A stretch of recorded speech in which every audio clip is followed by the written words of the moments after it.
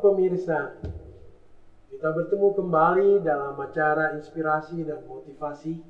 Kami dari ASI Jakarta ucapkan terima kasih atas partisipasi para pemirsa. Boleh ikut mendengarkan diskusi kami kali ini. Dan pada kali ini kita akan bicarakan mengenai mengatasi rasa takut ketika kita melakukan penampilan maupun public speaking. Ada rasa takut yang timbul. Dan pada kali ini ada Bapak Ruben Lewi Eldero, seorang motivator komunikasi dan public speaking yang akan mendiskusikan hal ini, dan mudah-mudahan diskusi kita kali ini boleh menolong kita semuanya. Salam pemirsa. Apa kabar Pak? Kabar baik. Ya. Gini Pak Ruben, ini kadang-kadang kita kalau tampil ke depan selalu ada rasa ketakutan. Sering kita merasa tidak yakin akan penampilan kita. Merasa tidak nyaman. Gimana Pak? Ini mungkin Pak Ruben kasih penjelasan kepada pemirsa kita sehingga ini mungkin bisa diatasi dengan baik. Silakan Pak Ruben. Iya, ini pertanyaan boleh dikatakan ribuan kali ditanyakan ke saya. Dan ini sangat masuk akal karena permasalahan ini sendiri merupakan permasalahan hampir semua orang. Iya. Dalam sebuah riset juga dibuktikan bahwa takut tampil ini mengalahkan takut mati. Iya, makanya terlalu mudah kita mendapatkan orang yang berani ngebut di jalan, ya, daripada kita menemukan orang yang berani tampil di depan. Ya, tetapi bukan berarti ini tidak bisa diatasi. Dan saya harus ingatkan bahwa sesungguhnya siapapun orang itu, Anda tidak sendiri. Dalam arti orang tersebut juga mengalami apa yang menjadi ketakutan. Bahkan kalau Anda berbicara dengan orang yang terbiasa tampil pun, mereka semua mengakui bahwa mereka pasti nervous. Walaupun mereka sudah berkali-kali tampil di depan atau di panggung, rasa ketakutan itu masih ada ya Pak Ruben? Masih. Bahkan ketika saya bekerja sebagai mediator di Perserikatan Bangsa-Bangsa, saya berinteraksi dengan orang-orang, boleh kata orang terbaik di dunia, mereka juga curhat sama saya. Ben, saya nervous loh, ini harus ketemu presiden ini seperti ini. Nah, dari situ terbayang bahwa siapapun sebenarnya tidak steril, tidak pernah lepas dari masalah ini. Nah, mungkin yang bisa kita pikirkan adalah bagaimana kita menaklukkan ini. Karena sesungguhnya kalau kita kembali, ternyata ini juga kabar baik. Jadi takut itu, ketika kita takut tampil, itu kan energi luar biasa. Sayangnya energi ini diarahkan salah, sehingga mestinya ini membuat penampilan kita makin berkilau, ini malah membuat kita menjadi mencekam sendiri. Nah seperti itu. Jadi ketika kita ditanya bagaimana seperti ini, ya itulah kondisi kita yang sebenarnya. Tugas kita adalah bagaimana merubah mindset, bagaimana kita latihan. Karena menurut riset juga orang yang pandai berbicara di depan umum pun, mereka itu terus berjuang untuk mengalahkan itu. Dan bedanya mereka berjuang terus, yang lain tidak mau berjuang lagi. Seperti itu. Ini bedanya. Jadi yang pertama kita ini dulu, nanti kita akan bahas adalah pertama mindset, kemudian persiapan. Nah persiapan itu seperti apa? Persiapan itu termasuk di dalamnya adalah pelatihan profesional. Jangan salah, orang yang sekelas Barack Obama, Presiden Amerika pun, yang orasinya luar biasa, public speakingnya luar biasa, itu masih membutuhkan tim public speaking yang memberikan masukan, kemudian memberikan juga pelatihan singkat. Nah seperti itu. Jadi tidak ada orang yang bisa berkilau itu dengan secara otomatis. Dia perlu memiliki mindset dan dia perlu melakukan persiapan yang profesional. Mungkin Pak Ruben kasih gambaran kepada pemirsa di rumah faktor-faktor ya yang sering menyebabkan ada ketakutan kita untuk maju tampil ke depan. Mungkin apa yang menjadi faktor-faktor itu sehingga kita bisa atasi. Silakan Pak. Iya, jadi yang pertama itu mindset. Kenapa orang tuh ketakutan? Orang selalu berpikir bahwa ketika saya tampil, orang akan menertawai saya. Ya kan? Ini membuat orang tuh ketakutan sendiri. Ya, akhirnya ada juga yang berkata begini, kalau saya tampil, nanti saya ketahuan nervous di atas. Nah, banyak hal-hal negatif. Nah, coba kita perhatikan. Menurut riset, 95% nervous kita itu tidak diketahui orang lain. Nah, tapi orang dikejar perasaan. Ya, jadi akhirnya orang takut. Nanti ketahuan saya nervous. Dan akhirnya ketahuan juga memang Ya. ketika dia mengatakan itu. Makanya saya sarankan ketika kita tampil di depan, jangan pernah mengaku nervous. Buat apa kita mengaku nervous kalau orang tuh tidak tahu? Ya. Sama saja saya mengatakan begini, di punggung saya ada panu loh, ngapain diberitakan orang juga tidak lihat? Ya. Seperti itu. Jadi banyak orang tuh takut sendiri, seperti itu.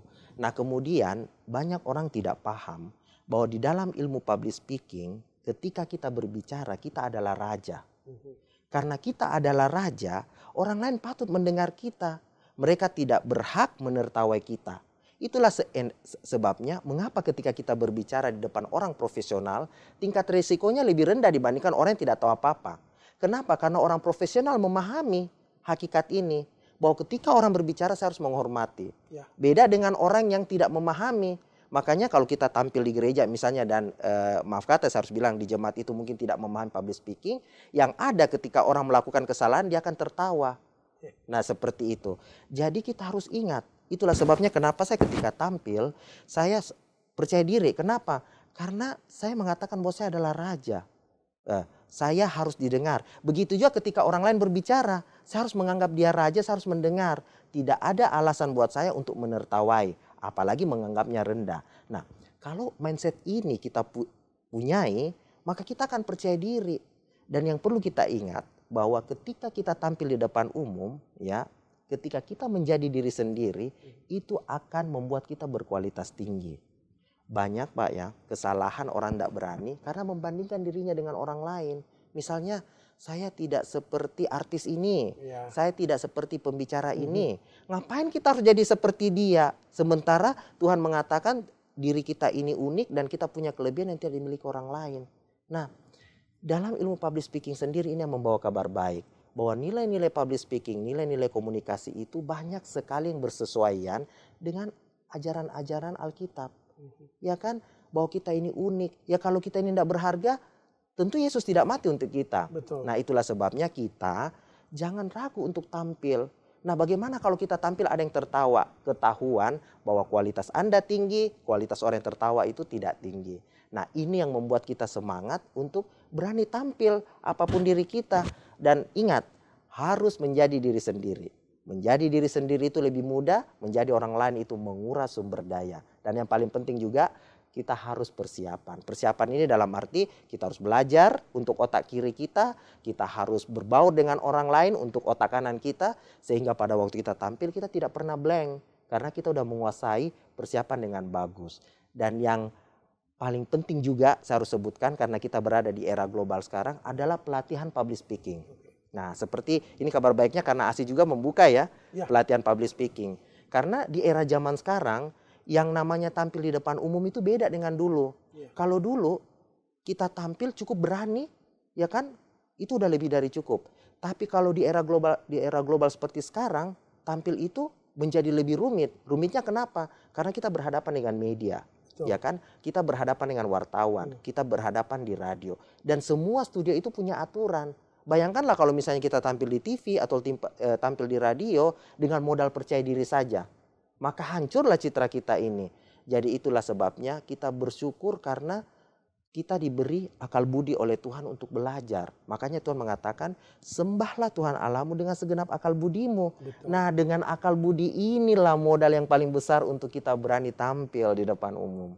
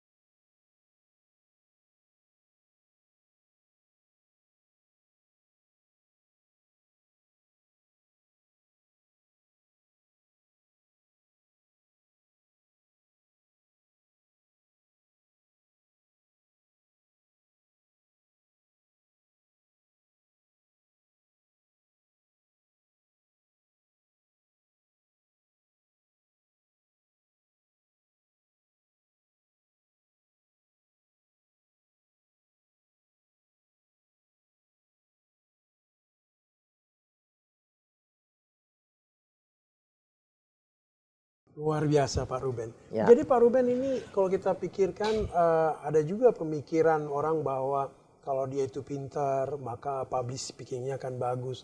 Apakah ada hubungan antara kepintaran, kecerdasan ini dengan kita boleh tampil di depan? Silakan Pak Ruben. Iya.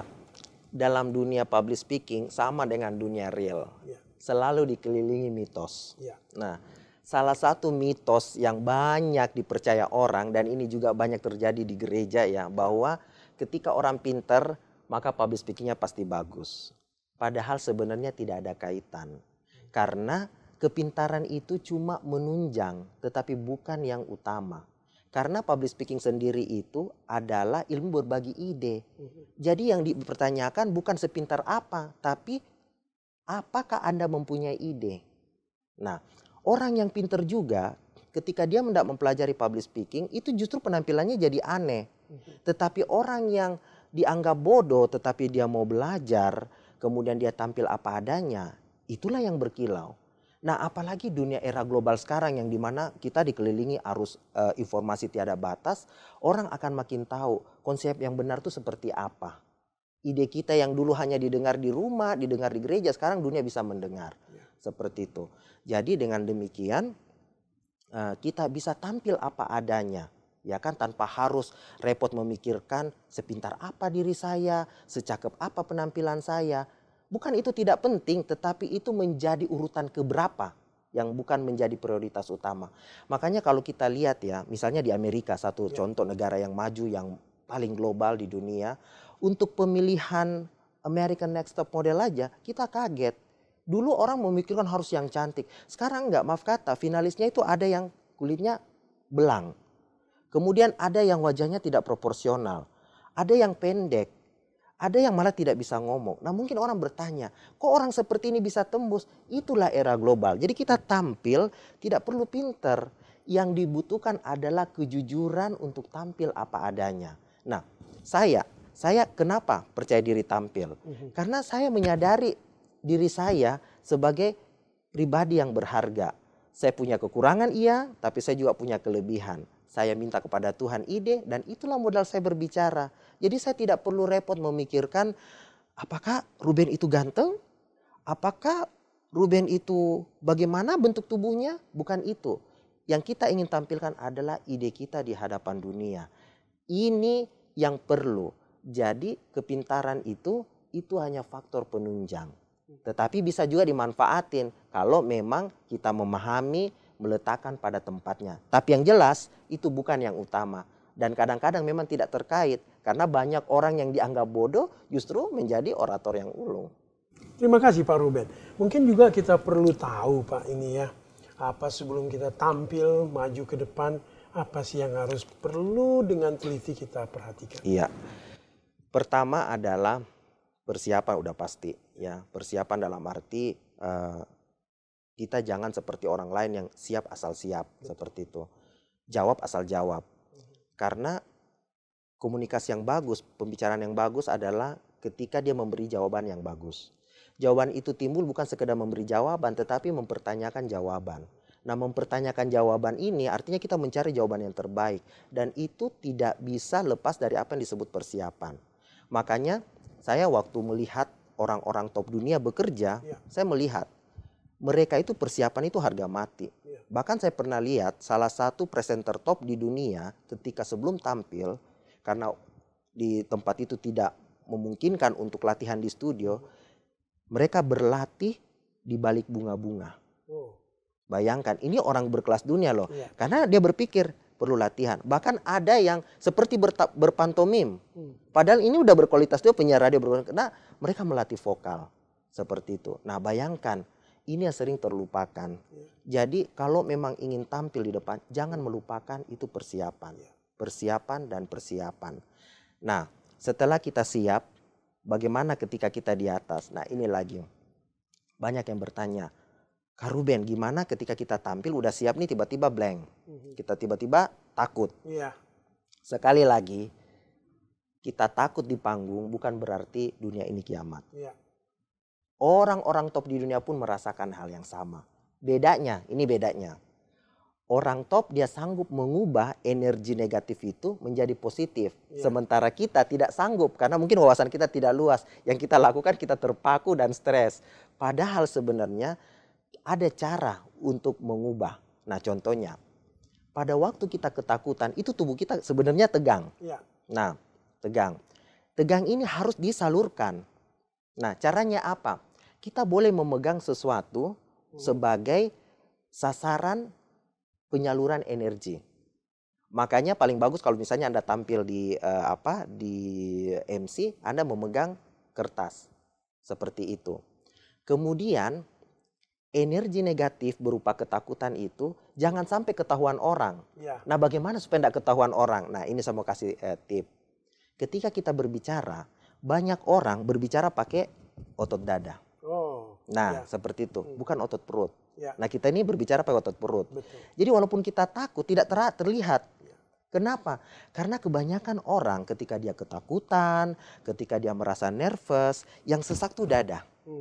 Bayangkan ketika Anda berbicara, menumpukan semua energi di dada, tetapi yang ditumpu itu tidak powerful. Betul. Karena di situ banyak rasa yang bermain. Right.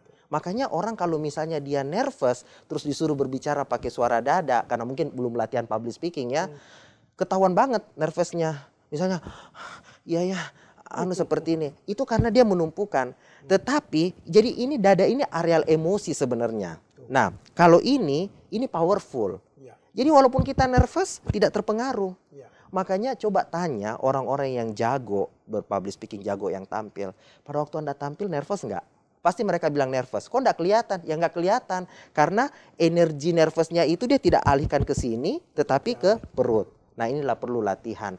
Jadi menjadi pembicara di era global itu bukan sekedar berani, bukan sekedar bersiap, tetapi juga harus melakukan hal yang betul-betul bisa menunjang sejauh mana dia bisa menguasai panggung, bagaimana dia menguasai emosi, bagaimana dia mengubah energi negatif nervous itu menjadi energi positif sehingga dia memperoleh kemenangan.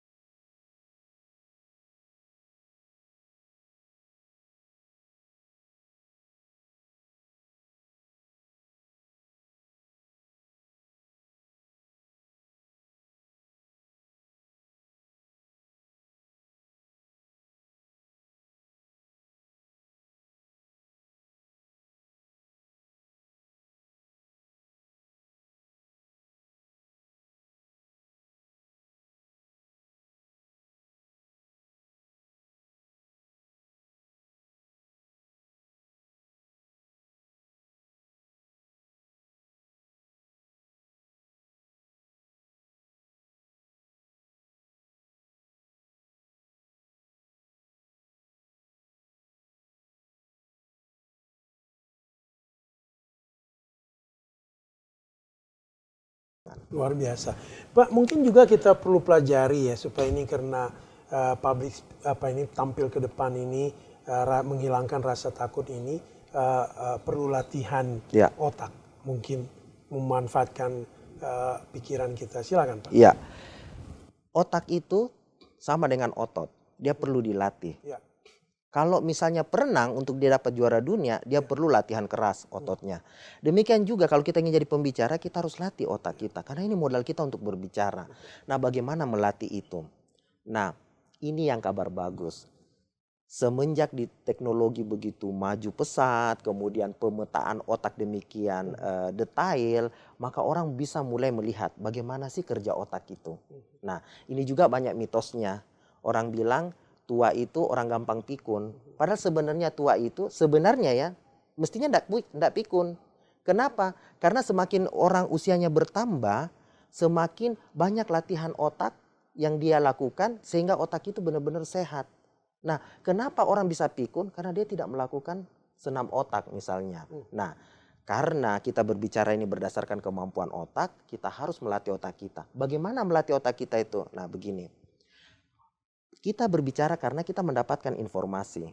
Informasi ini akan menciptakan asosiasi, istilahnya di otak, kemudian itu kita akan berbicara. Jadi kita harus melatih otak kita menciptakan banyak asosiasi-asosiasi baru. Nah bagaimana itu tercipta? Kita harus melakukan banyak hal-hal baru. Nah, itulah sebabnya kenapa Yesus menyuruh kita pergilah ke seluruh dunia, berbaur dengan semua orang. Ini sebenarnya salah satu metode Kristus berikan ke kita supaya otak kita itu subur. Nah, orang yang otaknya subur punya banyak ide untuk berbicara. Nah, kalau mau buktikan, lihat saja orang yang kuat merantau, orang yang berbaur di mana-mana, itu paling gampang berkhotbah, paling gampang berkomunikasi. Karena asosiasi di otaknya itu banyak. Nah, senam otak itu tidak perlu datang ke gym. Tidak perlu kita melakukan banyak yang spektakuler. Hal sederhana, karena memang kehidupan Kristen itu sesuatu yang sederhana. Misalnya nih, saya tidur mendengarkan lagu rohani A. Nah, besoknya saya tidur mendengarkan lagu rohani B. Maka timbul asosiasi baru. Hari ini saya ketemu Pak Darwis, asosiasi baru terbentuk. Besoknya saya ketemu dengan tokoh yang lain, asosiasi baru terbentuk. Bagaimana kalau saya bertemu bertiga, terbentuk lagi asosiasi. Jadi artinya begini, otak kita semakin kita memberikan banyak informasi, dengan kita berbaur dengan banyak orang, otak kita makin subur. Makanya saya ketika tampil di mana saja, yang saya jaga adalah bagaimana saya tetap gaul, bagaimana saya mempunyai pengalaman baru, sehingga dengan demikian otak saya terlatih. Nah, orang yang otaknya terlatih susah sekali blank. Makanya perhatikan orang yang punya pengalaman luas berbaur dengan banyak orang, ketemu dengan orang, disuruh berkhotbah 5 jam pun dia tidak akan blank. Kenapa? Karena asosiasi di otaknya banyak. Jadi otak itu kayak jaringan, serabut, banyak tangan.